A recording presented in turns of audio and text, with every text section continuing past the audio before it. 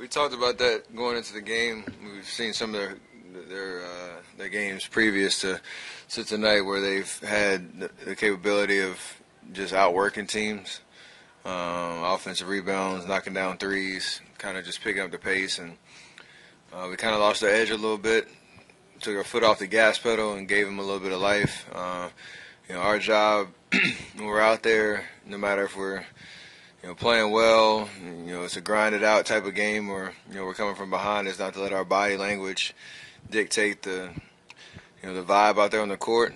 And we got better at it in the second half. Obviously, they still made a couple runs, but we were able to just stay aggressive, stay positive, and keep pushing and create separation. Jordan. Hey, Steph. As much as the teams may have talked about like wanting to get off to strong starts and protecting leads, I know you've also noted a lot of times this season just the fact it's the NBA and you're going to get their best shot and you can get them later on in the game. How do you kind of put those two things in perspective when you're weighing these things throughout a game? I mean, you can pretty much know what the game to game what the situation is, whether you're not executing, not playing hard, not focused on the details, or if a team's just playing well and it doesn't really matter what you do. And you kind of just judge your performance based off of that. But tonight, we got off to a great start. It was, 35-19 after the first quarter.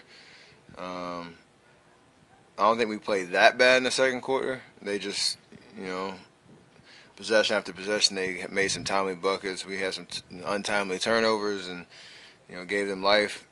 And that's where the talent in the NBA can kind of, sneak up on you, no matter if it's Brooklyn or Houston or whoever it is. So you got to just understand it is a 48-minute game, which control what you can control, and that's your effort. When obviously Jordan's sprain ended up being a mild sprain, but as somebody who's fought back from injuries before, when you see him go down like that, what's going through your head? And as a rookie who just missed 14 games because of another ankle sprain, what do you say to him after the game? I mean, just keep your head up, stay positive. Obviously, it is one of the most frustrating feelings in the world, in the basketball world, of a freak kind of play where he's been playing great defense, goes up for a block, comes down somebody's foot.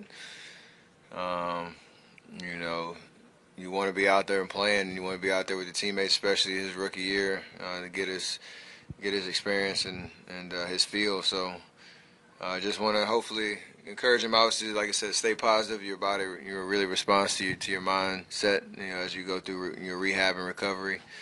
But hopefully he won't be out too long and can come back and have his confidence when he's back there on the floor. Steph, before the games, Steve Kerr talked about it's more important to get the guys motivated throughout the season. And how does he, just keep yourself motivated with less than 20 games left in the regular season? I mean, if we can't get motivated at this point in the season, we've talked about it for the 40, 50 games up until this point. But right now, you can pretty much smell the playoffs coming, and I think we understand that we are a talented team. We have championship pedigree, and we understand what it takes to win a championship. But you can't just turn on the switch of every single detail that needs to go into being the team we want to be come April. So enough talking really about that. It's just going out and actually doing and executing and building those habits and the right expectation night in, night out to get ourselves ready for 5 weeks from now. Steph, along those lines, what does it mean to you guys, though, when you're able to win 50 games for the fifth straight year? I mean, prior to this run, the Warriors, it used to be tough for them to win 50 games. I remember. Trust me, I remember. Not many guys in that locker room remember what that was like. I think I'm the only one that was here before the pre-playoff era. So, got to remind me. I know how tough it was and how hard it is to win one NBA game, let alone 50 in a season, let alone a championship. So, definitely appreciative of the time we're in right now, and to continue to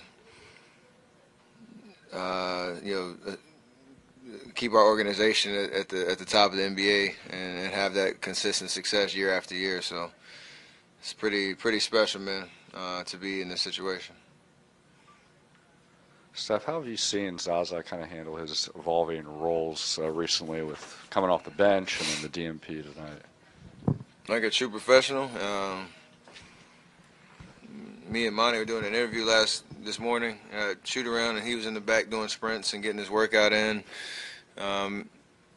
Really pushing his body and keeping his mind and his body ready, for whatever he's called to do. So Zaza's he is an ultimate professional. He knows that he is going to he's had a huge impact in a championship run, and he's going to have an impact in hopefully this one going forward. So, he'll just stay ready because we are going to need him, and he understands that.